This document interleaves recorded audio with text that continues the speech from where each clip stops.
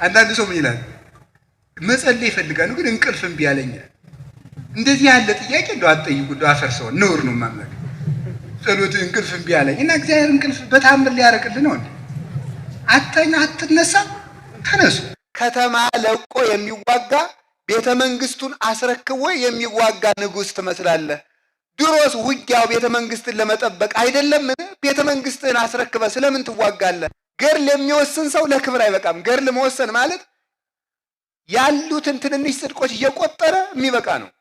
ጸሎት እጸልያለሁ፣ ራይት፣ ጾማለሁ፣ ራይት፣ ሰግዳለሁ፣ ራይት እያለ ተመስገን ነው።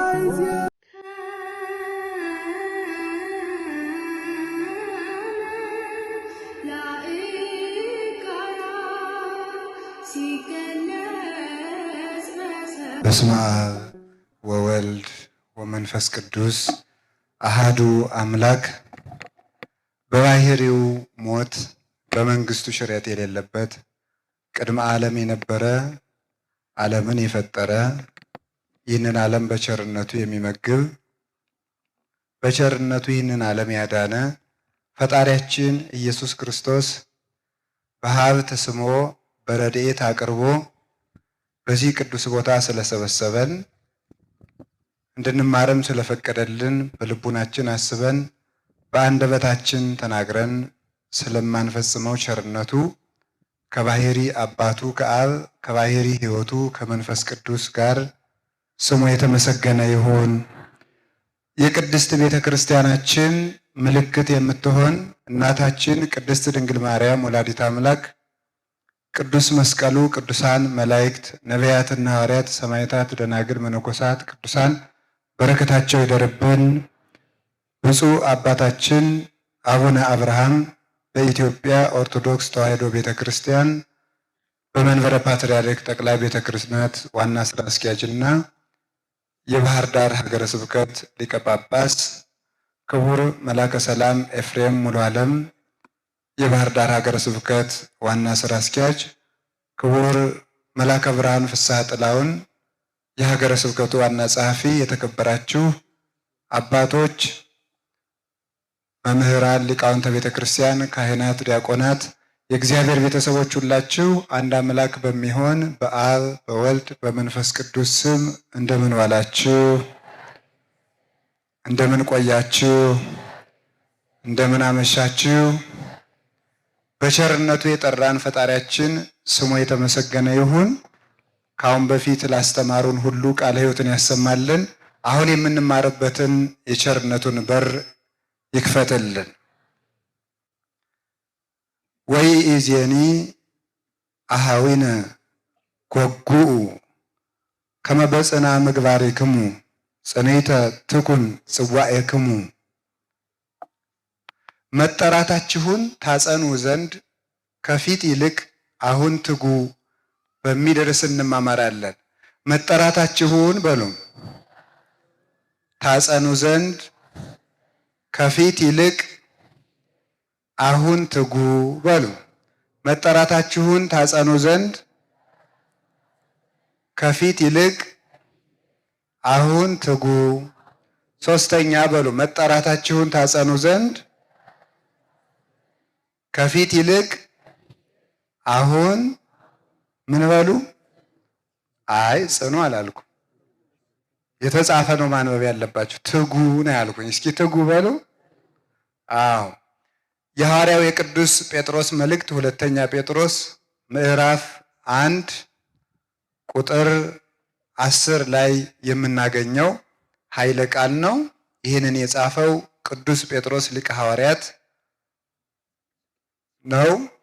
መልእክቱን የጻፈላቸው ደግሞ በቅዱስ እስጢፋኖስ ሞት ምክንያት በጳንጦስ፣ በገላትያ፣ በቀጰዶቅያ በዓለም ሁሉ ክፍል ለተሰደዱ ክርስቲያኖች የተጻፈላቸው መልእክት ነው።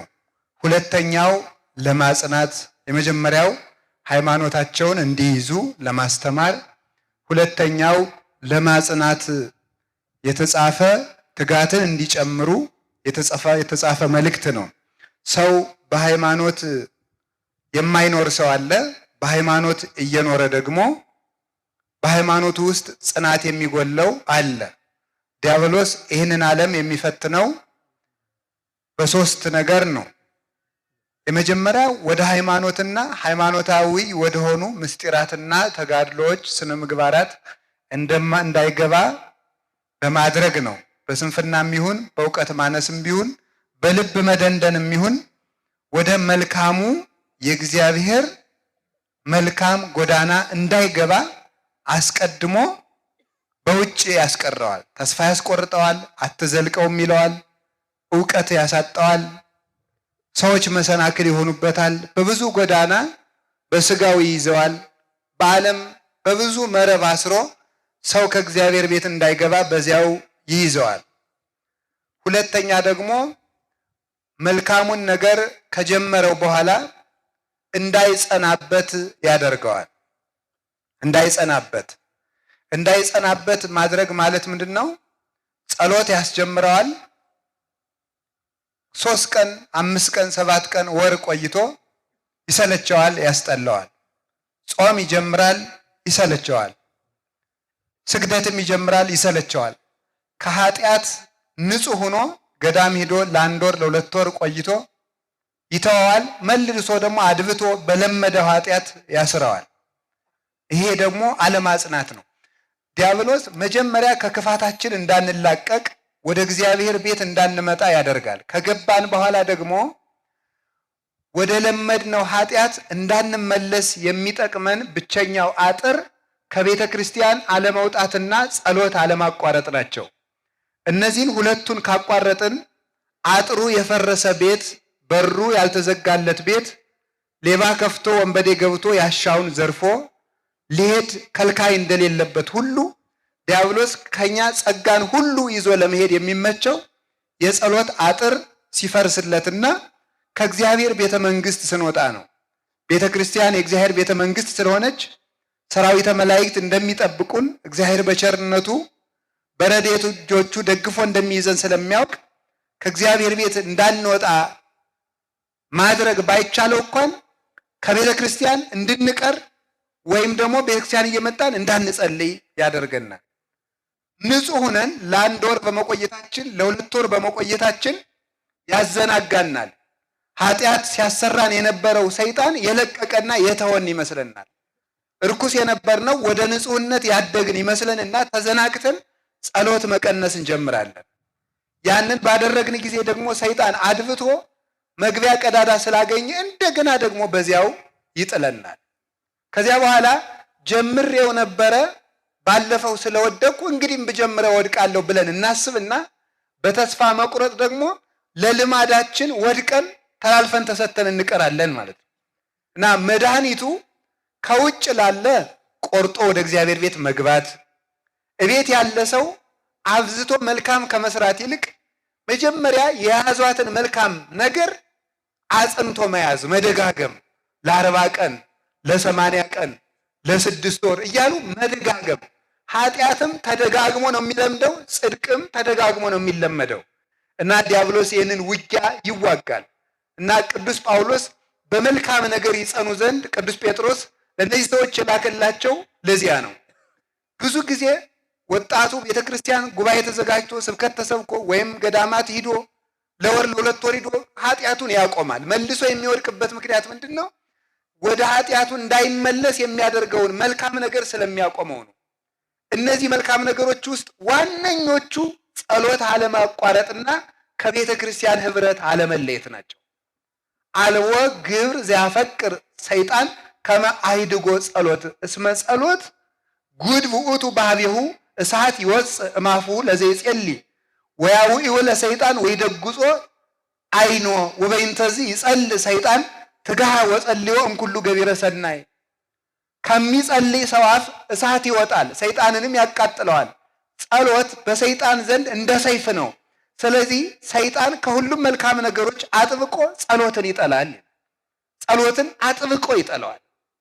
አፍኖ ሽፍታ ከቤት ያለውን ዕቃ መውሰድ ሲፈልግ የባለቤቱን እጅና እግር ማሰርን ያስቀድማል፣ አፉን ያፍናል። እጅና እግርን እንደማሰር መልካም አለማሰራት ነው። አፍን እንደማፈን ጸሎት ማስቋረጥ ነው። ከዚህ በኋላ ጸጋችንን እጅና እግራችን አስሮ ለመግፈፍ ይመቸዋል ማለት ነው። እና በመልካም ነገር ዲያብሎስን አሸንፈን እንድንቀር ከፈለግን ከቤተ ክርስቲያን ኅብረት መውጣት የለብንም።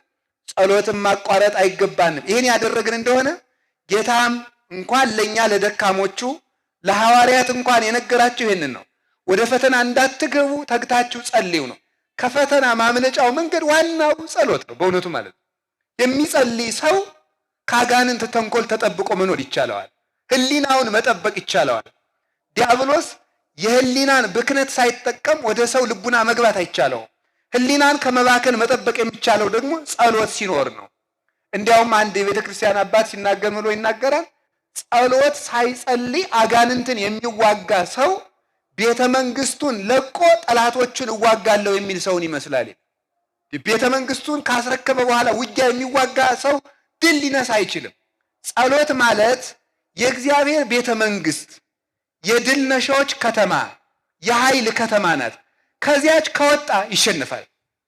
ቤተ መንግስቱን ጥሎ ዳር ወዳለ ንጉሥ ልዋጋ ሄዳለሁ ቢል በዚህ መንግስት በዚህኛው በኩል ያለ ሌላ መንግስት መጥቶ የዚህኛውን ንጉሥ ከተማ ቤተ መንግስቱን ተረክቦ እንደሚቆየው ጸሎት አቋርጠህ መስገድ፣ ጸሎት አቋርጠህ ልመጹት፣ ጸሎት አቋርጠህ ልጹም፣ ጸሎት አቋርጠህ ልስገድ፣ ጸሎት አቋርጠህ መልካም ልስራ ብትል ከተማ ለቆ የሚዋጋ ቤተ መንግስቱን አስረክቦ የሚዋጋ ንጉሥ ትመስላለህ።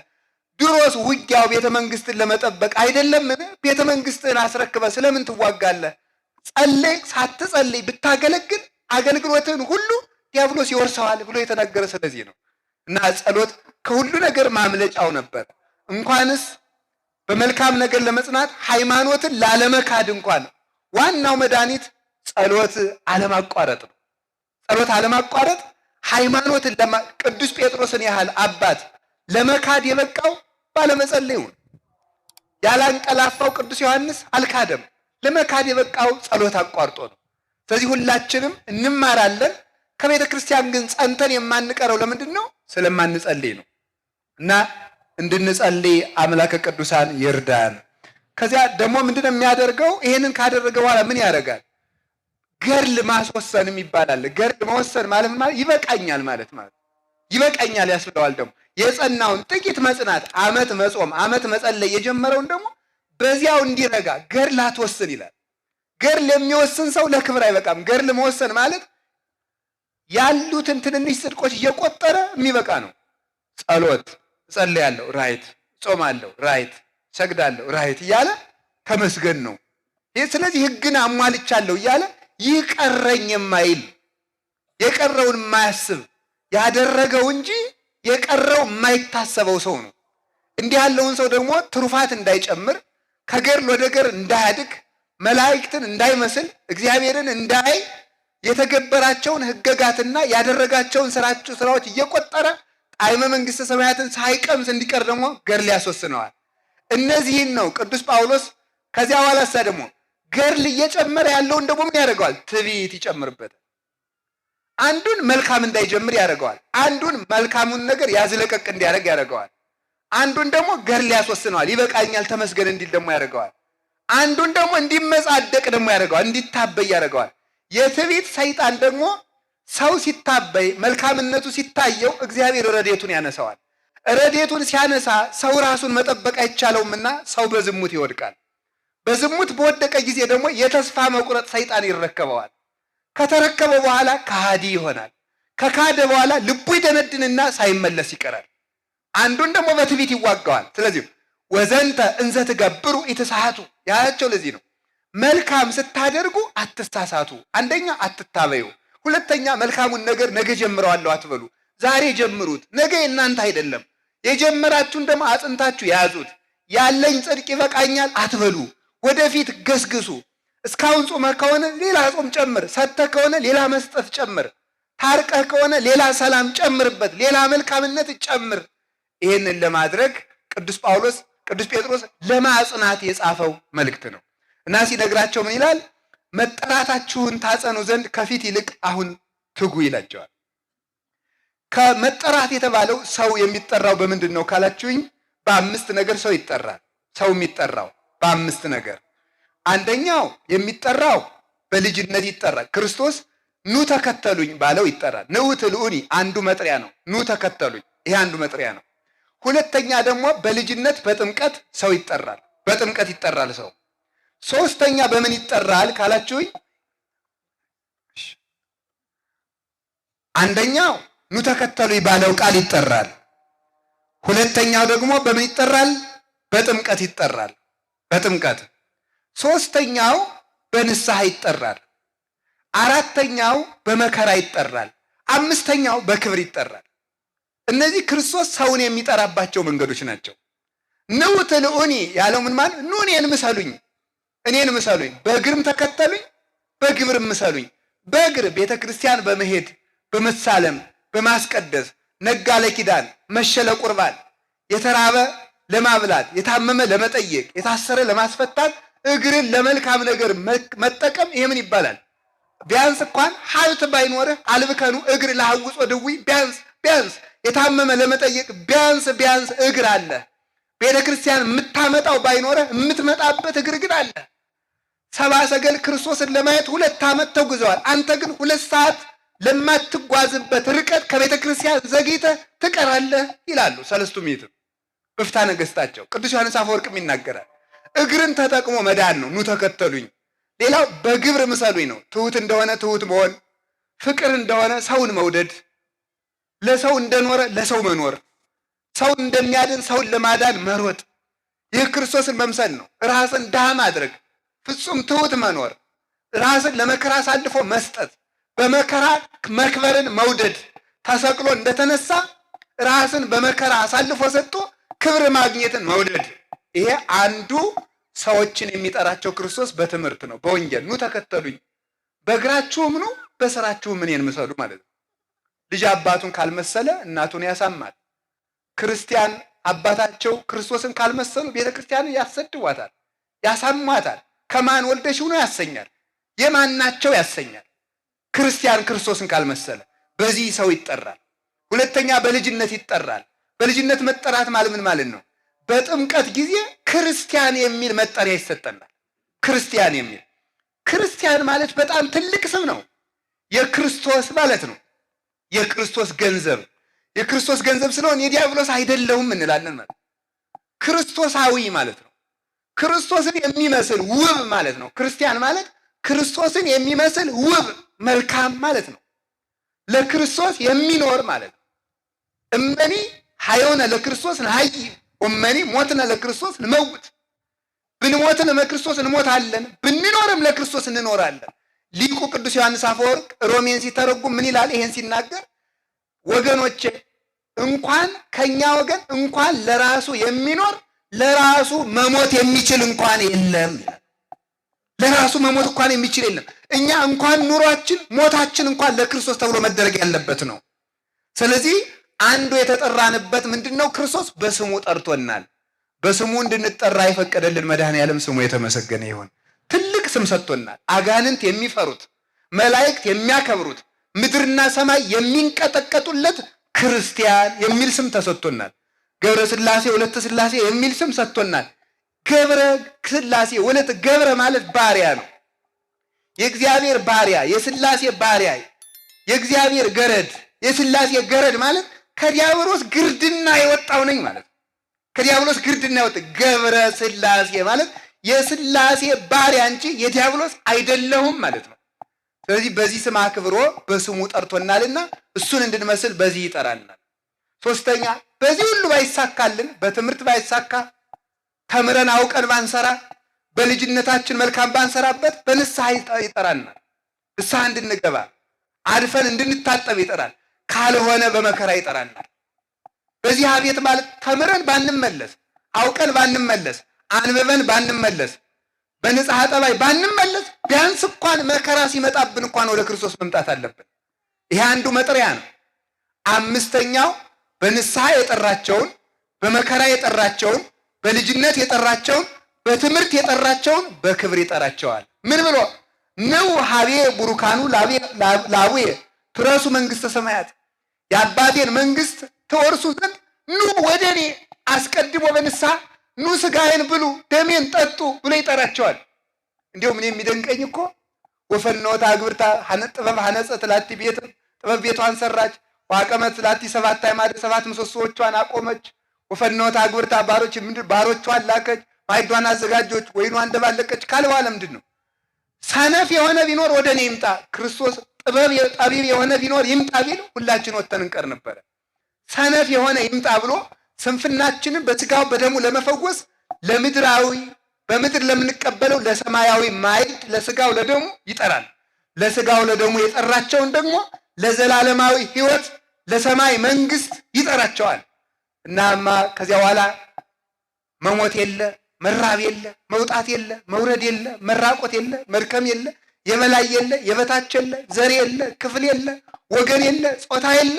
ሁላችንም አንድ ንጉሥ መድኃኔ ዓለምን አንግሰን፣ አንድ ብርሃን እሱን ለብሰን፣ አንድ ምግብ እሱን ተመግበን፣ አንድ መጠጥ እሱን ተጠጥተን፣ አንድ ርስት እሱን ወርሰን አግኝተን ላናጣ ገብተን ላንወጣ ለዘላለም አምሮብን ወደምንኖርባት የብርሃን ከተማ ወደ መንግስተ ሰማያት ይጠራልናል።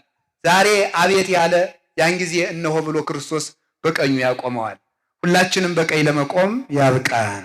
ስለዚህ ይሄ መጠራታችሁ እንዲጸና ማለት ነው። እንዲህ ብሎ የተጠራችሁበት ክርስቲያን ተብላችሁ የተጠራችሁበት ውልደ እግዚአብሔር ተብላችሁ የተጠራችሁበት ስመ ክርስትና ሀብተ ወልድና የተሰጣችሁ መጠራታችሁ እንዲጸና ከፊት ይልቅ አሁን ትጉ። ይችን ብቻ ልናገር። መጠራት ለሁሉ ይሰጣል። መመረጥ አሁንም ደግሞ ይሰጣል፣ ይመረጣል። መመረጥን ማጽናት ሶስተኛው ደረጃ ነው። ዓለም ሁሉ ለድነት ተጠርቷል። ለድነት ከተጠራው ደግሞ የተወሰኑ ሰዎች ደግሞ ይመረጣሉ። የተመረጠ ሁሉ ግን አይጸድቅም። የተመረጠ ሁሉ አይጸድቅም። የተመረጠበትን ያጸና ግን ይጸድቃል። ሐዋርያትን ዓለምን ጠራ። ሐዋርያት አቤት አሉት፣ እነሱን መረጣቸው። አኮ አንትሙ ዘሐረይክሙኒ አላ አነ ሐረይኩክሙ ወኅሬሰክሙ ከመ ትሁሩ ወፍሬ ትፍሬዩ። እናንተ አልመረጣችሁኝም እኔ መረጥኳችሁ እንጂ ብሎ እንደተናገረ መረጣቸው። የመረጣቸው ደግሞ መመረጣቸውን ያላጸና ይሁዳ ጥሎት ሄደ። መጠራትም አያጸድቅም፣ መመረጥም አያጸድቅም። መመረጥን ማጽናት ግን ያጸድቃል። አሁን ሁላችን ተጠርተናል፣ ተጠርተንም መተናል። ክርስቲያን ተብለን ተጠርተንበታል። እግዚአብሔርም ደግሞ ለርስቱ መርጦናል። መመረጣችንን ካጸናን እንድናለን። መመረጣችሁን ካላጸናችሁ አትጸድቁ።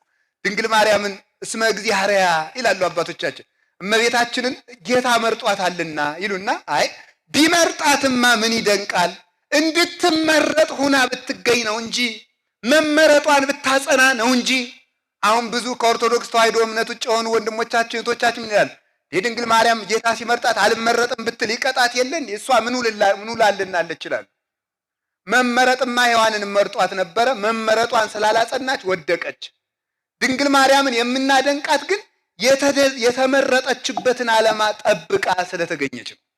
መላእክትን የምትበልጣቸው ስለዚህ ነው። እነሱ በደል በሌለበት ዓለም ሁነው ንጹሕ ሆነው መኖር አቅቷቸው ወድቀዋል። የወደቁት ኢተክህሎሙ ለመላእክት ድንጋሌ ሕሊና እስመ አበሱ በፍትወት ወረዱ ምድረ በቀዳሚ። ለመላእክት እንኳን ድንጋሌ ሕሊና አልተቻላቸውም። በቀደመው ወራት ያልተፈቀደላቸውን ሽተው በድለው ከሰማይ ወደ ምድር ወድቀዋልና በርኩሰት ዓለም ውስጥ ንጹሕ ሆና የተገኘች እመቤታችን ናት። ጽጌ ሃይማኖት ዘጸገየት በማእከለ አስዋክ ይላታል ቅዱስ ያሬድ። በእሾህ መካከል አብባ የተገኘች የሃይማኖት አበባ እመቤታችን ወላዲተ አምላክ ናት። መመረጣችን ስለዚህ ነው እመቤታችን የድህነት ምልክት የምትባለው። በብሉይ ኪዳን ዘመን እስራኤል ከግብፅ ባርነት ሲወጡ ባህሩ ተከፍሎ ከተሻገሩ በኋላ ሙሴ ያመሰግን ነበረ፣ ማርያም ከበሮ ትመጣ ነበር። ይሄን ሊቃውንቱ ሲተረጉሙት ይላሉ ከግብፅ መውጣት ማለት ከባህረ እሳት ከገሃነም መውጣት ማለት ነው። ከድንቁርና መውጣት። ግብፅ ማለት ጨለማ ማለት ነው የቃሉ ትርጉም። ሙሴ የክርስቶስ ምሳሌ ነው። ማርያም ከበሮ ይዛ ታመሰግን ነበረ። ከበሮ የንጽህና ምሳሌ ነው። ከበሮ ደረቅ ነው። አያችሁ፣ የቆዳው ፈሳሽ ያለቀለት ደረቅ ቆዳ ላይ ያ ምን ይባላል? ከበሮ ነው። በእርጥቡ ቆዳ አይደለም፣ የደረቀው ፈሳሽ የሌለበት የስጋዊ ነገር ምንም የስጋ ቁራጭ የሌለበት ነው። ድንግል ማርያም በከበሮ የተመሰለ ያች ማርያም የድንግል ማርያም ምሳሌ ናት። ታዲያስ ከበሮ ምንድነው? ንጽህናዋ ነው። የስጋ እርግማን የሌለባት ምልዓተ ኃጢአት የሌለባት ናት። ከዚያ በኋላ እሷ ፊት እየመራች የእስራኤል ደናግል ተመልከቱ ተከትለው ያመሰግኑ ነበር ማለት ወይነስው ደናግል ድህሪሃ ደናግሉ እሷን አብነት አድርገው ይመንናሉ ነው። የቅድስና አብነት፣ የንጽህና አብነት፣ መመረጥን የማጽናት አብነት ድንግል ማርያም ናት። ለዚህ ነው የቤተ ክርስቲያን ሊቃውንት የቤተ ክርስቲያንን ውበት ለመግለጥ የማርያምን ያህል ጌጥ ያለው የለም፣ የድንግል ማርያምን ውበት ለመመስከርም የቤተ ክርስቲያንን ያህል መልካም የለም ይላሉ። ስለዚህ ድንግል ማርያም ትባላለች የቤተ ክርስቲያን ብቸኛይቱ ንጽሕት ምልክት ትባላለች። እሷን ምልክት አድርጋችሁ ምን አድርጉ ነው? መመረጣችሁን መጠራታችሁን አጽንታችሁ ጠብቁት። እንደ ጎርፍ መታችሁ እንደ ጎርፍ አትፍሰሱ ለማለት ነው።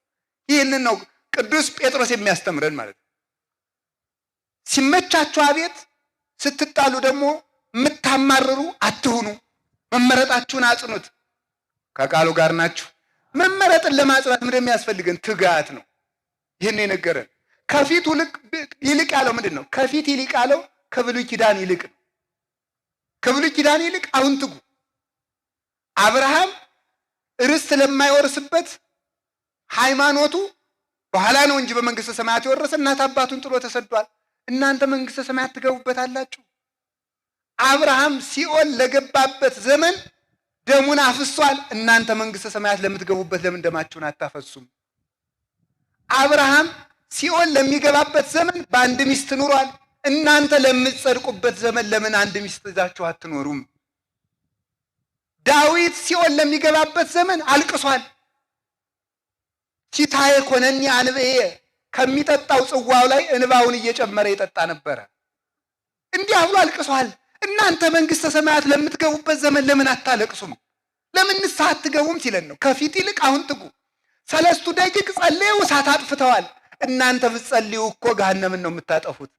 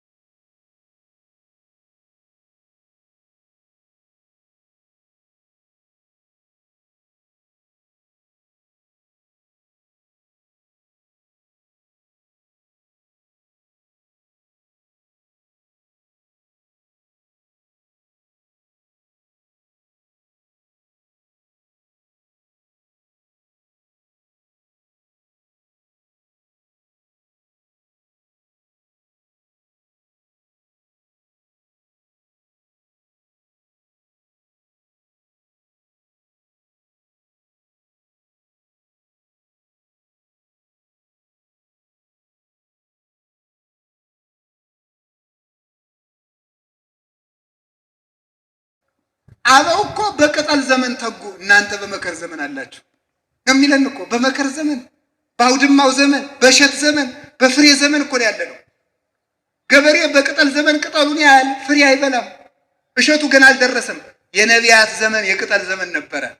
ድንግል ማርያም ግን እሷን የፈጠረ እግዚአብሔር ይመስገንና ያንን እሸት አፍርታ ይዛው ተገኘች። ጊዜ ገሚድ በጽሐ ቆርጠን የምንበላበት ጊዜ ደረሰ። ማይረረ ትንቢት ማርያም ዘመነ ጽጌ እንግዳ አዲሲቱ ፍሬ የተገኘባት ዘመነ መከር ማርያም ለተራበው ዘመን የሕይወት ፍሬ ክርስቶስን አፍርታ ተገኘች። ለዚህ ዘመን እንዴት አይተጋም?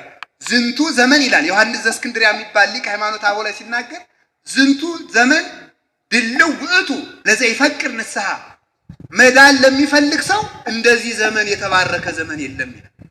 ቢያለቅሱ መንግስተ ሰማያት፣ ቢጸልዩ መንግስተ ሰማያት፣ ቢጾሙ መንግስተ ሰማያት፣ ቁራሽ እንጀራ ሰጥቶ መንግስተ ሰማያት።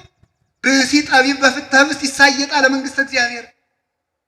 ጠቢብ ሰው በቁራሽ እንጀራ መንግስተ ሰማያትን ይወርሳታል ይላል ማር ይስሐቅ። በቁራሽ እንጀራ ለቤተ ክርስቲያን መስሪያ አንድ ድንጋይ ሰጠን በሰማይ መንግስት ርስት እንገዛለን።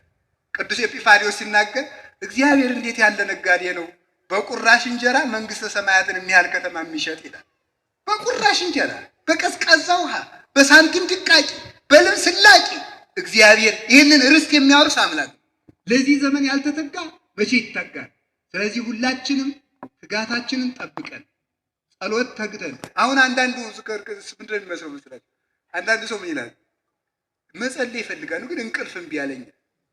እንደዚህ ያለ ጥያቄ እንደው አትጠይቁ። እንደው አፈርሰው ነውር ነው ማምለክ።